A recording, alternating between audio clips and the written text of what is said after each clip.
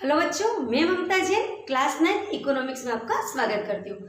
बच्चों, इकोनॉमिक्स के अंदर अपने 2 लेसन कंप्लीट हो चुके हैं और आज हम अपना तीसरा लेसन जिसका नाम है निर्धनता एक चुनौती स्टार्ट करने जा रहे हैं।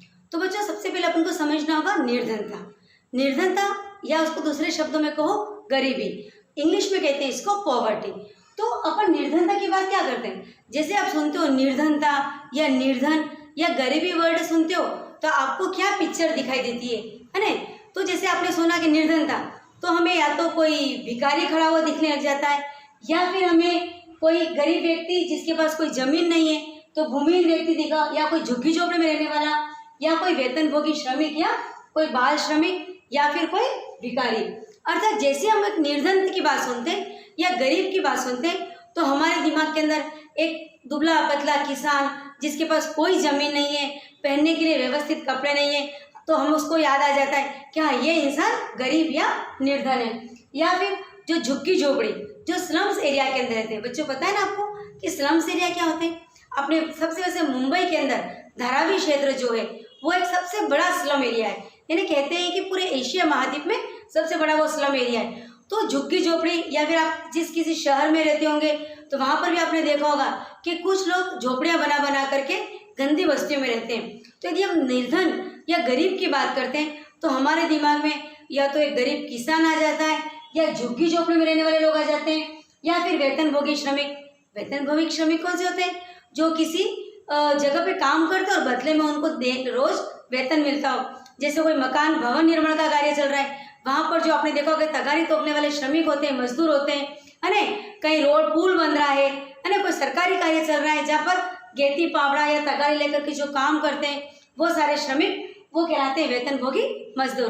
तो गरीब का नाम लेते हैं हमारे दिमाग में वो वेतनभोगी मजदूर आ जाते हैं, या बाल श्रमिक। आपने बाल श्रमिक देखो बच्चों, वैसे क्या होता है कि सरकार ने 6 से 14 आयु वर्ष के बच्चों के लिए अनिवार्य शिक्षा लागू कर रखी है, जो कि हम लास्ट लेसन के अंदर देख चुके हैं। लेकिन उसके बावजूद भी हम लोग कई रेस्टोरेंट के अंदर, ढाबों के ऊपर, है ना, कई सारे संस्थाओं के अंदर अपन देखते हैं कि 14 वर्ष से कम आयु वर्ष के बच्चे भी वहाँ पर मजदूरी करते हुए नजर आ रहे हैं। यदि 14 वर्ष से कम आयु वर्ग का बच्चा वहाँ पर काम कर रहा है, इट मीन्स उसके कोई ना कोई प्रॉब्लम है, कोई मजबूरी है उसको काम करने के लिए, तो वो कहलाते हैं बाल श्रमिक। तो यदि गरीबी या गरीब या निर्धन की बात करें तो हमारे दिमाग में बाल श्रमिक भी आता है। उसके बाद बात करते हैं भिखारी, जो ये आपके भीख मांगने के लिए रेलवे क्रॉसिंग फाटक के ऊपर भी खड़े रहते हैं, या कोई चुंगी नाका हो वहाँ पर आपको खड़े मिल जाते हैं। जो ट्रैफिक सिग्नल होते हैं वहाँ पर भी आपको भिखारी देखने को मिल जाते हैं। तो गरीब या निर्धन की बात करें तो हमारे दिमाग में ये सब लोग आते हैं, और हमारा ये आना भी बिल्कुल सही है, तो क्योंकि हम इन सबको निर्धन या गरीब की श्रेणी में ले सकते हैं। अब यदि अपन अपना जो निर्धनता के साथ साथ अपन यदि निर्धनता का परिचय देखें तो विश्व के में भारत में सबसे अधिक गरीब है।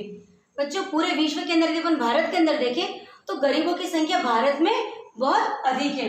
लगभग 270 मिलियन 2011-12 की जनगणना के अनुसार लगभग 270 मिलियन लोग, है ना, या इसको कह लो कि 27 करोड़ लोग हैं वो गरीब है। इसके बाद अगर जो 270 मिलियन लोग गरीब है, इसका मतलब हमारे देश में प्रत्येक चौथा व्यक्ति गरीब है।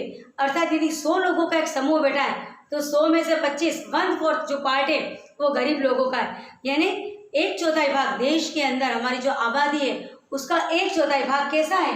या तो भूमिहीन मजदूर है, झुग्गी झोपड़ियों में रह रहे हैं, वेतनभोगी श्रमिक या मजदूर है, बाल श्रमिक है, या भिखारी है। कितने? 100 में से 25 लोग है ना, हमारी जनसंख्या का 1/4 भाग। तो ये हमारी पूरे इंडिया की स्थिति है कि विश्व के अंदर भारत के अंदर सबसे अधिक गरीब लोग रहते हैं। लगभग 270 मिलियन अर्थात 27 करोड़ लोग गरीब हैं, और भारत की जनसंख्या का 1/4 जो भाग है वो गरीब है। तो ये तो मैंने एक छोटा सा आपको निर्धनता का परिचय बता दिया। अब बच्चों, हम निर्धनता 2 तरह की निर्धनता के बारे में पढ़ेंगे, शहरी निर्धनता और दूसरी है गाँवों की निर्धनता। यानी जो लोग शहर में रह रहे हैं और गरीब हैं उनको शहरी निर्धन कहेंगे, और जो लोग गाँवों में रह रहे हैं और गरीब है उनको ग्रामीण निर्धन बोलेंगे। तो पहले हम बात करेंगे शहरी निर्धनता की। तो बच्चों, हमने जो पहला लेसन पढ़ा था संसाधन के रूप में लोग, उसके अंदर मैंने आपको बेरोजगारी पढ़ाई थी। बेरोजगारी के अंदर मैंने क्या बताया था कि 15 वर्ष से अधिक और 59 वर्ष से कम के ऐसे लोग जो काम करना चाहते हैं लेकिन उनको काम नहीं मिलता है, उनको अपन बेरोजगार कहते हैं। तो शहरों के अंदर क्या है, जो गरीबी का जो मेन कारण है वो बेरोजगारी, अर्थात हम बेरोजगारी और गरीबी आपस के अंदर जुड़े हुए हैं। यदि इंसान गरीब है तो सबसे पहली बात वो बेरोजगार होगा, यदि उसके पास कोई रोजगार होता तो वो गरीब हो ही नहीं सकता था। इट मीन्स यदि वो गरीब है तो वो कैसा है, बेरोजगार है। और शहर के अंदर तो शिक्षित बेरोजगारी है, क्योंकि लोग थोड़ा बहुत पढ़ लिख भी गए फिर भी उनको नौकरी नहीं मिल रही है, तो वो क्या कहलाते हैं, शिक्षित बेरोजगार। और अनपढ़ लोग भी है शहरों में भी। तो शहरों के अंदर जो गरीबी है उसका मुख्य कारण क्या है, बेरोजगारी। और यदि कोई रोजगार में लगा हुआ भी है तो वो अनियमित और असंगठित क्षेत्र में कार्य कर रहा है। अनियमित और असंगठित क्षेत्र, तो मैंने अनियमित मतलब ऐसा जो कोई व्यक्ति ऐसी जगह पर कार्य करने जा रहा है वहाँ पर किसी दिन तो कार्य मिलता है, किसी दिन कार्य नहीं मिलता है, किसी दिन 1 घंटे कार्य मिलता है, किसी दिन 2 घंटे, तो किसी दिन 5 घंटे कार्य मिलता है। अर्थात सप्ताह के 7 दिन उसको कार्य मिलेगा, उसकी कोई गारंटी नहीं है। और असंगठित क्षेत्र के बारे में भी मैंने लास्ट वीडियो के अंदर बताया था कि रोजगार के असंगठित क्षेत्र क्या होते हैं। असंगठित क्षेत्र भी होते हैं जहाँ पर कोई नियम कानून कायदे नहीं होते हैं, जहाँ पर आपको कोई मुआवजा नहीं मिलता है, जहाँ पर आप अवकाश लेते तब भी वेतन कटता है ना, और जहाँ पर कोई नियमितता नहीं रहती है। तो अपन बात करेंगे यदि शहर के अंदर यदि कोई गरीब है तो या तो बेरोजगार होगा, और यदि उसको रोजगार मिल भी रहा है तो कैसी जगह रोजगार में होगा, अनियमित और असंगठित क्षेत्र में रोजगार में होगा। इसके बाद अपन इसके अंदर देखते हैं कि लोग कहाँ पर कार्य करते हैं, भवन निर्माण की साइट पर, यानी कहीं पुल बन रहा है, भवन निर्माण होना है तो वहाँ पर लोग कार्य पर जाते हैं। अब समझ लो 2 दिन काम बन रहा या 4 दिन काम बन रहा तो मजदूर बेकार रहेंगे, उनको 4 दिन तक काम ही नहीं मिलेगा तो पैसा नहीं मिलेगा, भूखे मरने की स्थिति आ जाएगी। या फिर कचरा उठाने वाले, शहरों के अंदर ही रेगर्स बहुत देखने को मिलते हैं, जो कि यूँ प्लास्टिक की थैली कंधे पर लेकर के आप देखते हो कि 7-8 वर्ष के बच्चे गलियों में घूमते ही रहते हैं। उनका कार्य क्या होता है, कचरा बीनते हैं, और इस कचरे से फिर यदि लोहे की चीज़ मिली तो उसको अलग बेच देंगे, कागज़ मिला तो उसको अलग बेचेंगे, तो इस प्रकार थोड़ा बहुत पैसा वो लोग जुटा पाते हैं। तो शहरों के अंदर जो बेरोजगारी मिलती है वो अनियमित और असंगठित क्षेत्र में काम करने वाले होते हैं या बिल्कुल बेरोजगार होते हैं, और ये लोग भवन निर्माण की साइट के ऊपर या कचरा उठाने वाले होते हैं। अब बच्चों, अपने जब से पेलमपुर गांव की कहानी पढ़ी है, इकोनॉमिक्स का तीसरा लेसन है, हर लेसन के अंदर हम कहानी देखते हैं और मज़ा भी आता है और हमको अच्छे से याद भी होता है। तो हम शहरी बेरोजगारी के अंदर हम कहानी पढ़ेंगे एक राम शरण नाम के व्यक्ति की। किसकी कहानी पढ़ेंगे, राम शरण नाम के व्यक्ति की। राम शरण क्या है, एक वेतनभोगी मजदूर है, और कहाँ पर काम कर रहा है, एक आटे की मिल में काम कर रहा है, और रहता का है झारखंड के रांची में रहता है, और उसको हर महीने 1500 रुपये उसको वेतन मिलता है, क्योंकि वो वेतनभोगी मजदूर है।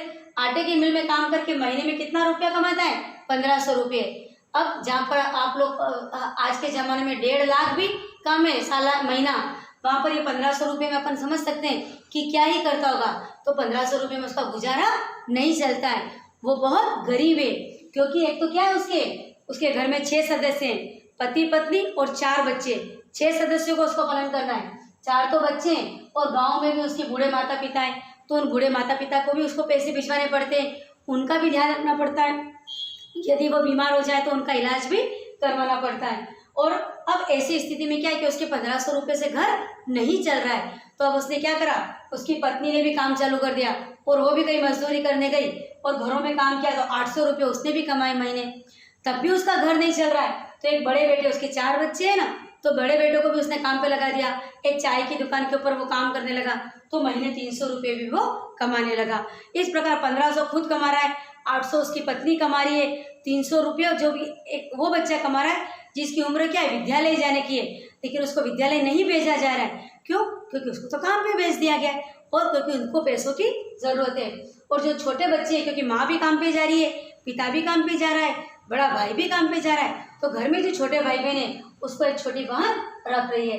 तो आप यहाँ पर आप देख सकते हो कि जो राम शरण है, राम शरण की ज़िंदगी बहुत दुखी है, क्योंकि उसको पैसों की बहुत ज़रूरत है। 4 बच्चे हैं, चारों बच्चों का उसको ध्यान रखना है, 2 वक्त तक खाना नहीं दे पा रहा है, तो खाना ही नहीं दे पा रहा है, ढंग से कपड़े ही नहीं दे पा रहा है, तो उनको विद्यालय कहाँ से भेजेगा, तो वो विद्यालय भी नहीं जा पा रहे, अशिक्षित रह रहे हैं, निरक्षर रह रहे हैं, और बीमार होने पर वो ढंग से इलाज भी नहीं करा रहा है। तो राम शरण एक गरीब या निर्धन व्यक्ति है।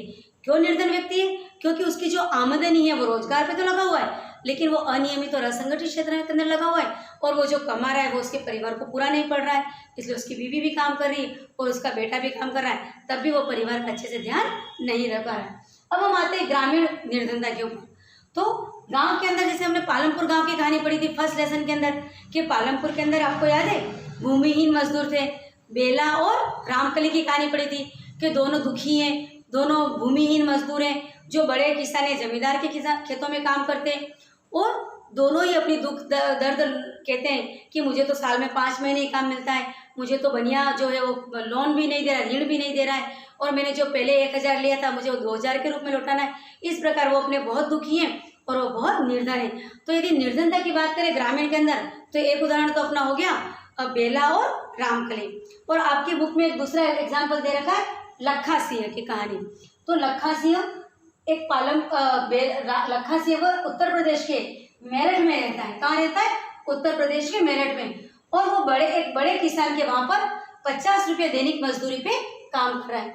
अब बच्चों लखा सिंह क्या था कि 10 वर्ष की आयु में ही उसके पिता की मृत्यु हो गई, उनको टीबी हो गई थी, और बाद में उसकी माता को भी टीबी हो गई। तो क्योंकि 10 वर्ष की आयु का था और तभी उसके पिताजी की मृत्यु हो गई, तो उसको 10 वर्ष की आयु में ही वो काम पे लग गया, है ना, एक बड़े किसान के वहाँ पे काम पे लग गया, जिसकी वजह से वो अपनी पढ़ाई भी पूरी पढ़ाई कर ही नहीं पाया, गंवार, निरक्षर या अशिक्षित रह गया।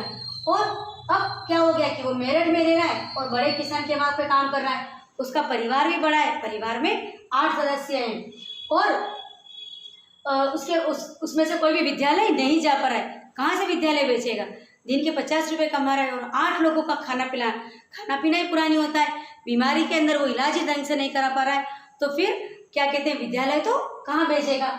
इसी प्रकार मैंने आपको पहले ही बता दिया कि इसके पिता टीबी से मर जाते हैं और माँ का इलाज वो नहीं करा पाता है, तो माँ को भी तपेदिक अर्थात टीबी की बीमारी हो गई। तो बच्चों जैसे अपन ने रामचरण का पढ़ लिया कि वो शहर का गरीब है, तो शहरी गरीब की भी लगभग स्थितियां सेम है, और जो अपना लखा सिंह है वो एक गांव या ग्रामीण गरीब है, तो उसकी भी स्थिति रामचरण जैसी है। दोनों का ही परिवार बड़ा है और दोनों ही अपनी जो आमदनी है उसमें परिवार को अच्छे से न तो खाना खिला पा रहे हैं, न अच्छे से कपड़े दिला पा रहे हैं, शिक्षा की तो बहुत बात दूर है, वो ढंग से कपड़े भी उनको नहीं पहना पा रहे। तो ये हो गया बच्चों शहरी गरीब और ये ग्रामीण गरीब। अब हम आगे देखेंगे कि ग्रामीण और शहरी गरीब में क्या अंतर है और क्या समानता है। तो मैंने आपको पहले ही कह दिया है, चाहे वो गरीब गांव का हो चाहे शहर का हो, अंतर सिर्फ इतना है कि वो इंसान गांव में रह रहा है और वो इंसान शहर में रह रहा है, लेकिन समानताएं बहुत सारी हैं। क्या समानता है? दोनों ही गरीब हैं, दोनों ही किराए के मकान में रह रहे हैं, जैसे अपना रामचरण और लखा सिंह दोनों ही किराए के मकान में रह रहे हैं, उनके पास जमीन नहीं है, खेती बाड़ी के लिए कोई जमीन नहीं है। इसके बाद उनका परिवार दोनों का बड़ा है, दोनों के अंदर ही शिक्षा का अभाव है, वो पढ़ भी नहीं पा रहे और अपने बच्चों को भी नहीं पढ़ा पा रहे, दोनों ही बेरोजगारी वाली स्थिति से ही गुजर रहे कुल मिला के, क्योंकि रोजगार क्या है, नाम का रोजगार है उनका। इसके बाद क्योंकि वो गरीब हैं तो कुपोषण है, उनको अच्छे से खाना नहीं मिल पा रहा है, असहाय, कोई उनकी हेल्प नहीं कर रहा है, किसी के सामने वो मदद का हाथ नहीं फैला पा रहे, और स्वास्थ्य सेवाएं नहीं, यानी अपने परिवार को अच्छे से वो इलाज भी नहीं दे पा रहे, और बाल श्रम, तो बाल श्रम हो ही रहा है ना, क्योंकि जो रामचरण है वो क्या है, अपने बच्चे को नौकरी पे करने भेज रहा है, चाय की दुकान के ऊपर भेज रहा है, यानी बाल श्रम हो रहा है। और यहाँ पर क्या है, लखा सिंह खुद ने भी बाल श्रम किया था, क्योंकि वो 10 वर्ष की उम्र के अंदर ही बड़े किसान के वहाँ पर काम करने चल गया था। तो कहने का तात्पर्य यह है बच्चों कि गांव का गरीब हो या शहर का गरीब हो, दोनों ही अपनी मूलभूत सुविधाओं को नहीं जुटा पा रहे, जो बेसिक नीड्स कहते हैं, रोटी कपड़े और मकान, उसको भी वो नहीं जुटा पा रहे। तो ये दोनों गरीबों की पहचान हो गई, चाहे वो ग्रामीण गरीब हो चाहे शहरी गरीब हो, दोनों ही अपनी जो बेसिक नीड्स हैं उसको पूरी नहीं कर पा रहे। अब बच्चों आपके एक लेसन के अंदर और एक चीज दे रखी है यहाँ पर कि निर्धनता के आयाम। अब आयाम क्या होते हैं? आयाम का मतलब वो कौन सी बातें हैं जिससे हम पहचानेंगे कि ये निर्धन है, या कह लो कि निर्धनता के लक्षण, या कह लो कि निर्धनता की विशेषता, या कह लो कि निर्धनता की पहचान। तो हम अब पढ़ेंगे निर्धनता के आयाम, और आपके एग्जाम में भी क्वेश्चन आ सकता है कि निर्धनता के आयाम लिखिए। यदि 2 नंबर का क्वेश्चन आता है तो आप केवल हेडिंग लिख दीजिए और एक लाइन का वर्णन कर लीजिए, लेकिन बड़ा क्वेश्चन आता है आपको सबके हेडिंग लिख के अच्छे से वर्णन करना होगा। तो बच्चों निर्धनता के आयाम कौन कौन से हैं? भूखमरी, आश्रय का न होना, बच्चों का विद्यालय न जा पाना, स्वास्थ्य सुविधा का अभाव, स्वच्छ जल व सफाई सुविधा का अभाव, न्यूनतम शालीनता स्तर का अभाव और असहाय की भावना। आई बात समझ में आपको? तो पहली बात भूखमरी। यदि कोई निर्धन है अर्थात वो भूखमरी है, यानी उसको 2 वक्त का खाना भी अच्छे से नहीं मिल पा रहा है, तो निर्धनता का पहला आयाम क्या हो गया? भूखमरी। दूसरा आश्रय का न होना पाना। यदि कोई निर्धन है अर्थात उसको रहने के लिए कोई जगह नहीं है, खेती के लिए उसके पास कोई भूमि नहीं है, तो निर्धनता की लक्षण आयाम या पहचान क्या है? एक तो भूखमरी, उसको 2 वक्त का खाना अच्छे से नहीं मिल पा रहा है, और दूसरा है उसको रहने के लिए कोई व्यवस्थित जगह नहीं है और खेती बाड़ी के लिए भी उसके पास कोई जगह नहीं है। तीसरी बात करो, बच्चों का विद्यालय नहीं जा पाना। तो जो निर्धन है उसको अपने बच्चों को विद्यालय नहीं भेज पाता है। क्यों नहीं भेज पाता है? क्योंकि उसके पास तो खाने के लिए पैसा नहीं है और रहने के लिए जगह नहीं है, तो पढ़ाई की बात तो बहुत दूर आती है। चौथी बात होती है स्वास्थ्य सुविधा का अभाव। जो निर्धन है वो बीमार होने पर अपने बच्चों का या पत्नी का इलाज अच्छे से नहीं करा पाता है, अच्छे से उसको स्वास्थ्य सुविधाएं मुहैया नहीं करा पा रहा है। दूसरा स्वच्छ जल व सफाई सुविधा का अभाव। मैंने आपको पहले ही बताया था कि जो झुग्गी झोपड़ी में जो लोग रहते हैं वो बहुत ही कंजेस्टेड एरिया में रहते हैं, वहाँ पर कोई जो सीवेज यानी गंदे पानी की निकासी की कोई व्यवस्था नहीं होती है और मुख्य रूप से पीने का पानी स्वच्छ जल की कोई सुविधा नहीं होती है। वहाँ पर लोग बहुत भीड़ भाड़ के अंदर रहते हैं और इसीलिए बहुत अधिक बीमारियाँ भी वहाँ होती है। इन्फेक्शन डिजीज, संक्रमण बीमारियाँ वहाँ पर बहुत अधिक होती है और लोग बहुत ज़्यादा बीमार होते हैं और फिर मरते भी हैं। लेकिन क्योंकि उनके अंदर शिक्षा का अभाव है, यहाँ पर हमें कभी बात भी पढ़ेंगे कि शिक्षा का अभाव, यहाँ पर विद्यालय जैसे नहीं जा रहे, इसका मतलब क्या है कि उनके पास शिक्षा का अभाव है। और यहाँ पर भी एक बात थी, पर मैंने यहाँ पर भी थी कि जो गरीब है चाहे वो गांव का है चाहे शहर का है, उसके अंदर शिक्षा का अभाव है, उनको वो शिक्षित नहीं है, अनपढ़ है, तो उनको परिवार नियोजन क्या है उसके बारे में भी नॉलेज नहीं है, उनके मनोरंजन का साधन भी कुछ भी नहीं है, टीवी रेडियो ये कुछ भी नहीं है। इसकी वजह से उनका जो एक ही चीज़ है इंटरटेनमेंट, और वो सिर्फ आबादी को बढ़ा रहे, जनसंख्या को भी बढ़ा रहे। पैसा तो ही नहीं, संख्या बढ़ रही है तो क्या होगा? गरीबी ही होगी। न स्वास्थ्य सुविधाएं मिल रही है, न स्वच्छ जल मिल रहा है, न सफाई मिल रही है, कुछ भी उनको नहीं मिल रहा है। और अगर जो हम आगे बढ़े तो न्यूनतम शालीनता स्तर का अभाव है, क्योंकि बच्चे गंदे एरिया में रहते हैं, उनके पास क्या मैनर्स है, क्या शालीनता है, उनको कुछ भी पता नहीं है कि समाज में कैसे रहना चाहिए, क्या एटिकेट्स हैं, उन सबका निर्धनों के अंदर धीरे धीरे अभाव होता है। क्यों अभाव होता है? क्योंकि उनके पास समय नहीं है, वो तो 2 वक्त की रोटी तो नहीं जुटा पा रहे, अपने लिए कपड़े नहीं जुटा पा रहे, रहने के लिए उनके पास घर नहीं है, तो शिक्षा और शालीनता की बात हम उनसे कल्पना कर ही नहीं सकते हैं। और एक और बात है कि असहाय की भावना। यदि कोई निर्धन है तो वो असहाय, उसकी कोई मदद नहीं करेगा और वो अपने आप को बिल्कुल लाचार और बेचारा समझता है। वो समझता है कि इस दुनिया में मेरे लिए तो है ही क्या। तो बच्चों इस प्रकार मैंने आज आपको क्या बता दिया कि निर्धनता क्या है, और निर्धनता के अंदर हम कौन कौन से लोगों को गिन सकते हैं अपने दिमाग में? झुग्गी झोपड़े में रहने वाले, भूमिहीन किसान, भिखारी, बाल श्रमिक, और अपन बात कर सकते हैं वेतनभोगी श्रमिक। वेतनभोगी श्रमिक की मैंने बता दिया ना, जो ये भवन निर्माण आदि के अंदर तगारियां तोपने का कार्य करते हैं। फिर मैंने ग्रामीण और शहरी निर्धनता के बारे में बताया। लास्ट वीडियो के अंदर अपन ने ग्रामीण और शहरी बेरोजगारी पढ़ी थी, और यहाँ पर ये देख लिया कि ग्रामीण और शहरी निर्धन, और दोनों के अंदर अपने एक बात देखी कि चाहे वो गांव का निर्धन हो चाहे शहर का निर्धन हो, वो बेरोजगार ही होगा, तभी निर्धन है। अदरवाइज यदि वो उसको रोजगार मिला होता या कुछ पढ़ा लिखा होता तो कोई काम धंधा कर लेता तो वो गरीब नहीं रहता। तो शिक्षा का अभाव बेरोजगारी की तरफ ले जाता है, और बेरोजगारी कहाँ ले जाती है? निर्धनता की तरफ। इसीलिए अपने लास्ट वीडियो के अंदर पढ़ा था संसाधन के रूप में लोग, तब हमने पढ़ा था कि हमारे जो लोग हैं वो हमारी जिम्मेदारी तब तक ही है जब तक वो अशिक्षित है। यदि उनको शिक्षा दे दी जाए तो उनको रोजगार मिल जाएगा, और रोजगार मिल जाएगा तो वो संपत्ति बन जाएंगे, गरीबी की तो बात ही दूर हो जाएगी। इसके बाद मैंने देखा कि ग्रामीण और शहरी जो निर्धनता के अंदर मैंने बच्चों आपको समानताएं बताई, और इस लेसन को मैंने आगे बढ़ते हुए मैंने बताया कि निर्धनता के आयाम, लक्षण या विशेषता को क्या क्या है, अर्थात हम पहचान कैसे करेंगे कि कौन निर्धन है। तो निर्धनता के मैंने ये 7 आयाम आपको बता दिए। तो बच्चों इसके साथ ही आज की वीडियो में यहीं पर एंड करती हूँ, और आपका ये काम है कि इकोनॉमिक्स से 2 लेसन आप अच्छे से पहले वाले पढ़ लेना। इस वीडियो को 1, 2, 3 बार अच्छे से देख लो, और आप इसके नोट्स भी बनाते रहिए और साथ में होमवर्क भी करते रहिए, ताकि आपकी पढ़ाई कंटिन्यूस चलती रहे। तो इस वीडियो के अंदर इतना ही काफ़ी है। नेक्स्ट वीडियो के अंदर बच्चों हम आगे और पढ़ेंगे। तब तक के लिए थैंक यू।